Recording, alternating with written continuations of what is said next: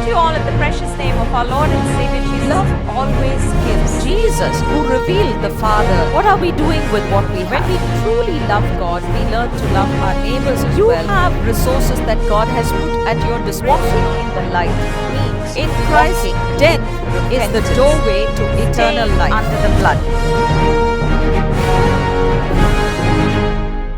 I greet you all in the precious name of our Lord and Savior Jesus Christ, and I welcome you to today evening's broadcast on the Living Voice channel.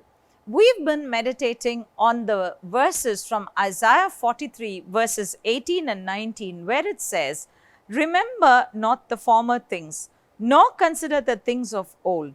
Behold, I am doing a new thing, now it springs forth. Do you not perceive it? I will make a way in the wilderness and rivers in the desert." Now, this verse clearly says, don't remember the former things. It says, don't think or consider those things of old. Forget them, come beyond the past and come into the future that I have for you. And when God calls us into this future, He also says, I'm doing a new thing. What are the new things that He does for us? That's what we're going to begin to meditate on from today onwards. Every week, we'll be meditating about a new thing that God wants to do in our lives. Now, remember that there is nothing new that God is going to create, because everything that He has to do for us has already been done. It's just that it comes into our life as a new phase or a new season or a new beginning or something that's happening anew in our lives. So while it is something that is new for us, it is already something that God has created or established through His Son Jesus Christ for us through all eternity. So let's move on into what the new things are. And I'm going to share with you today about a new name. In Isaiah chapter 62 and verse 2, we read, "The nations will see your righteousness, and all the kings your glory, and you shall be called by a new name that the mouth of the Lord will give." Very clearly, the prophet talks about a new name. Now, when we read this word or this phrase that says a new name, immediately, I think as people who live in the modern world, we would say, what's in a name? In other words, to say a name is not as important as the person themselves. But let's look at the word of God, and we see that God gave importance to names. In fact, He gave a name for everything that He created. In Genesis chapter 1 verse 5, the Bible tells us God called the light day and the darkness He called night. And there was evening and there was morning the first day. So literally, God gave these two phases of a day their names. Not only did God name everything that He had created, He also trained His creation, Adam, to do the same.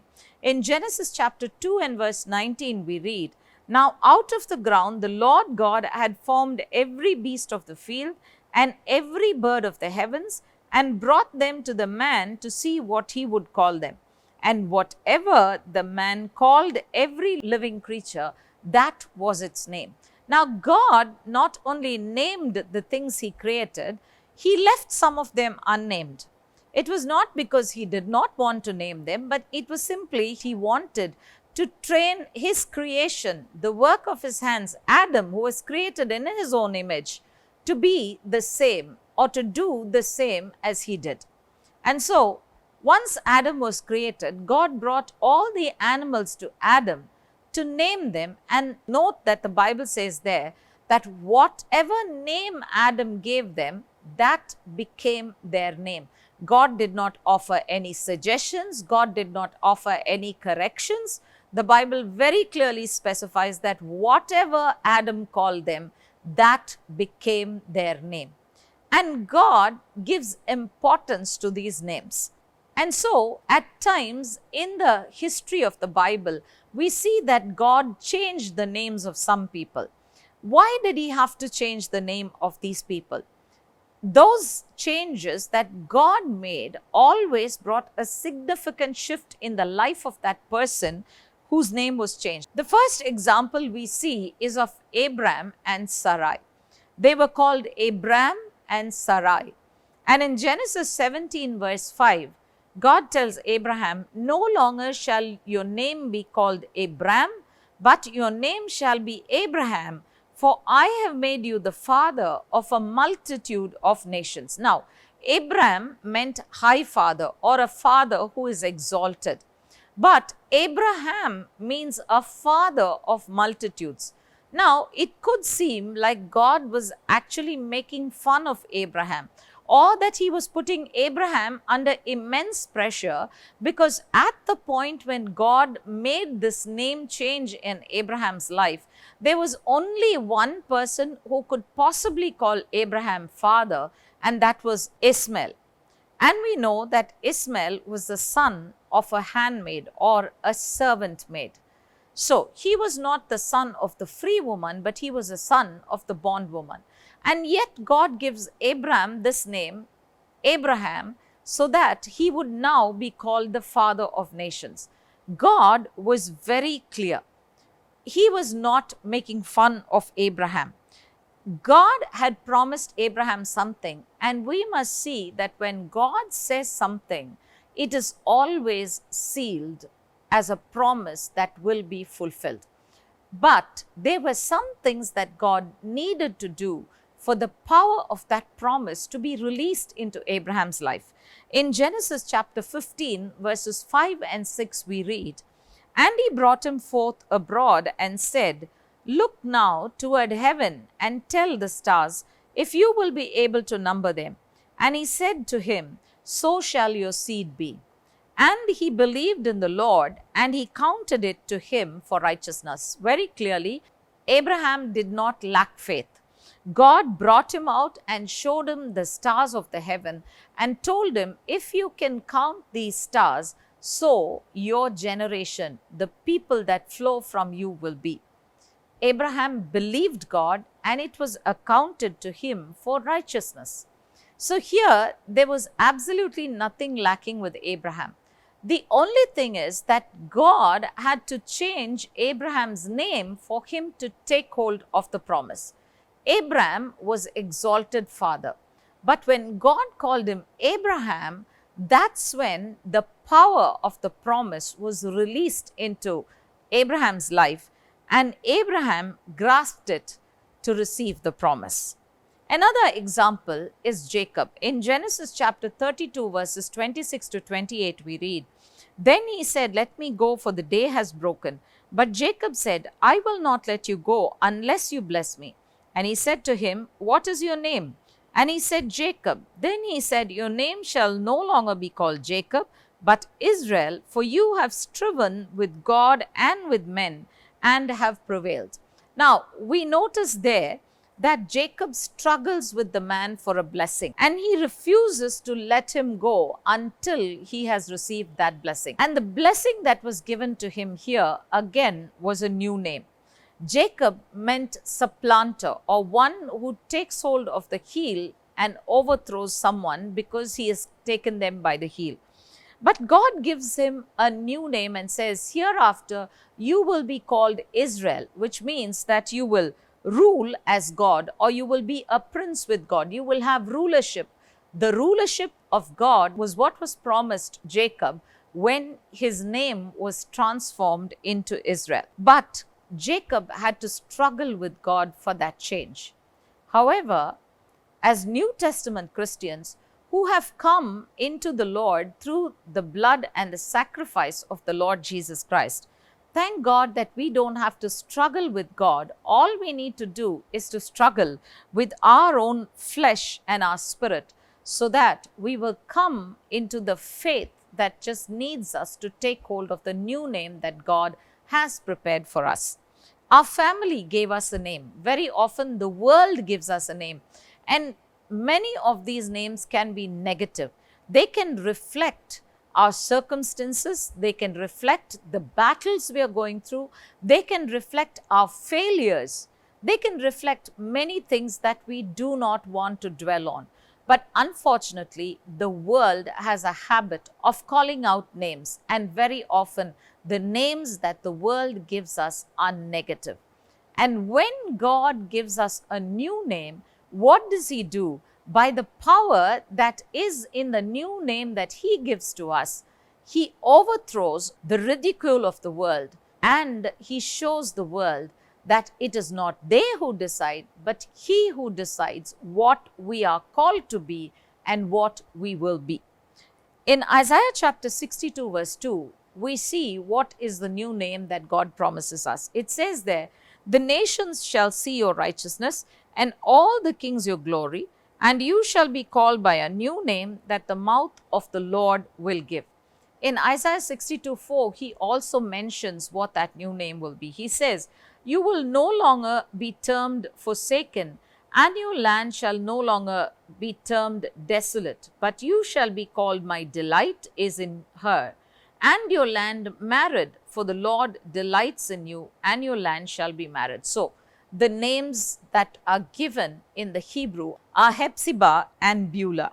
Hephzibah means my delight is in her, and Beulah means your land will be married, because God delights in you. In other words, we who are rejected by the world, we who are called names by the world, when God changes our name, we become His beloved. And when His love is upon us, when the seal of His affection is upon us, then the world can do nothing but turn and see how He exalts us, how He lifts us up from the miry clay that we are in and sets us upon the high places where they can only stand and envy all that God is doing for us. So, the name is important. But remember that all this is not because of anything that you and I do, or it is not because of our own goodness. It is simply the grace of God and the righteousness that He has given us through His Son Jesus Christ. That is the reason for this new change. In 2 Corinthians chapter 5 in verse 21, it says, "And for our sake He made Him to be sin who knew no sin, so that in Him we might become the righteousness of God." So, God gives us a new name that reflects not our own righteousness, but His righteousness that is invested in us. And usually it is the opposite of the name that the world gives to us. It takes away the shame that the world has put upon us, and it substitutes it with the glory that comes because of the righteousness of Christ Jesus. Now, in order for us to come into that glory, we must remember that Jesus has taken our shame on the cross of Calvary. In Hebrews chapter 2 verse 10, the Bible tells us that He clearly paid the price for our glory. It says there, "For it was fitting that He, for whom and by whom all things exist, in bringing many sons to glory, should make the founder of their salvation perfect through suffering." Now, the name of shame that was given to us by the world has been taken away so that we might have a name of glory. When we read in Isaiah 62, it says, "Those that were called forsaken will be called the delight of the Lord." And in other words, God is simply overturning our life, our destiny upside down, so that what was once our shame now becomes the reason for our glory. And when we read in Isaiah 62, God is not talking about the physical Israel. He's not talking about the blessings of the physical Israel, but He is talking about the land that God speaks of in Isaiah 62 is not the physical inheritance of the land of Israel, although that was a promise that was given to them regarding their land. But to us as the New Testament believer, it is the inheritance that we have in Jesus Christ. In the Old Testament, Israel's inheritance was made desolate because of the wrath of God. But in the New Testament, because of the Lord Jesus Christ, who has taken away the wrath of God the Father and reconciled us to Him, there is no place for desolation in our lives. But let us first consider, how did this desolation come into our lives? In Jeremiah chapter 12 and verse 10, it tells us, Many shepherds have destroyed my vineyard. They have trampled down my portion.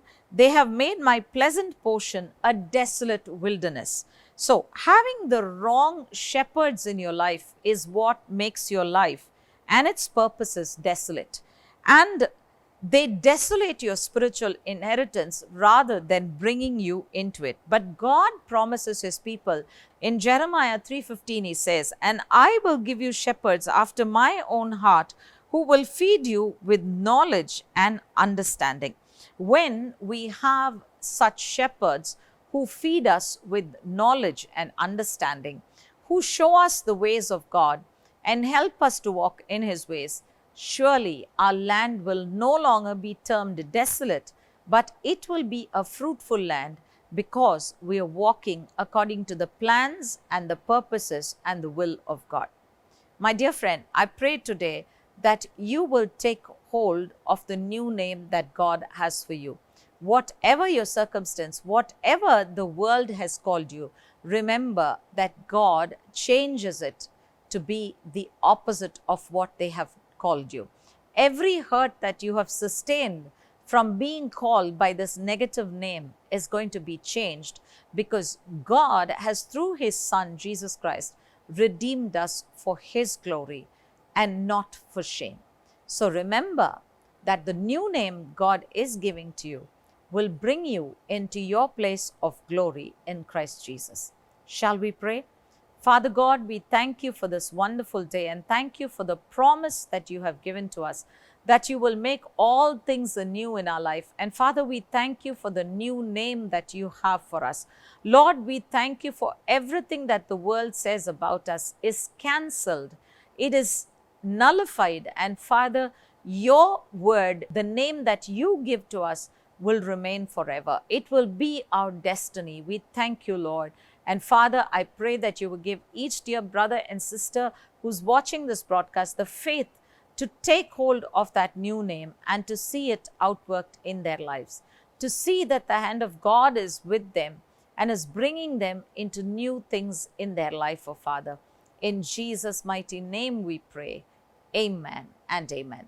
Thank you, my dear friends, for joining me on this broadcast. I will be back again next week and we'll continue to meditate on the new things that God has for us. Until then, may the Lord go before you, be with you, guard you, guide you, and keep you. And may he reveal to you the new name that he has given to you, so you will take hold of it and move forward in him. God bless you. Amen.